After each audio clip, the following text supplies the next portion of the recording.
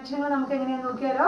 അപ്പൊ ഹിന്ദി വ്യഞ്ജനാക്ഷരങ്ങളില് കാവർഗ്, ചാവർഗ്, ടാവർഗ്, താവർഗ്, പാവർഗ്, യാവർഗ് എന്നിങ്ങനെ തരം തിരിച്ചിട്ടുണ്ട്. അതിൽ കാവർഗില് 5 അക്ഷരങ്ങളാണുള്ളത്. ആദ്യം നമുക്ക് കാവർഗ് എങ്ങനെ എഴുതുന്നു എന്ന് നോക്കാം. കാവർഗിലുള്ളത് കാഖ, ഗാഖ, ങായാണ്. അതെങ്ങനെ എഴുതും, നമുക്ക് എളുപ്പത്തിൽ എങ്ങനെ എഴുതാമെന്ന് നോക്കിയാലോ.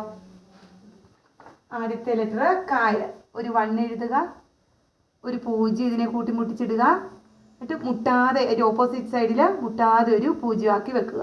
ഓക്കെ, എന്നിട്ട് ഹിന്ദി ലെറ്റർ ആയിട്ട് മേള് വരച്ച് ഇതെന്തായി ക. ഇനി അടുത്തത് ഇതാണ് കായ്. അടുത്ത ഇക്ക എഴുതി നോക്കാവേ. ഒരു 2 എഴുതി, 2-ന് ഒരു വാലിട്ടു, ഈ വാലിൻ്റെ സൈഡിലായിട്ട് ഒരു 0 എഴുതി, വാലിനെ 0-യും കൂടെ ചേർത്ത് നമ്മളൊരു 1 ഇട്ടു, ഹിന്ദി ലെറ്റർ ആയിട്ട് മേള് വരച്ചു. ഇതെന്തായി ഇക്ക. ഇനി ഗ നോക്കാവേ.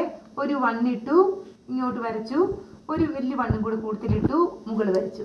എന്തായി ഗായ്. ഇനി നമ്മൾ 3 എഴുതുന്നത് എങ്ങനെയല്ലേ, 1 2 3 3 എഴുതുന്നത് എങ്ങനെയല്ലേ. ഈ 3 നമ്മൾ നേരെ തിരിച്ചിങ്ങനെ എഴുതണം.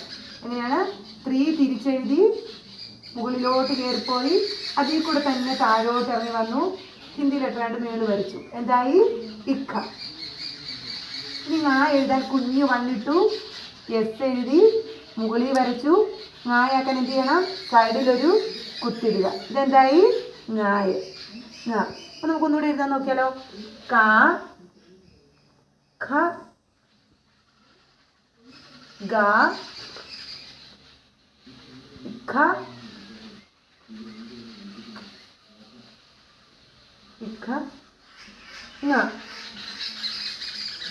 ഇതൊക്കെയാണ് കാഖ, ഗാഖ, ങ. എല്ലാവർക്കും മനസ്സിലായില്ലേ. അപ്പോൾ അടുത്ത ക്ലാസ്സിൽ നമുക്ക് ചാച്ച് ചാച്ച് ഞാൻ പഠിക്കാം. Okay, thank you.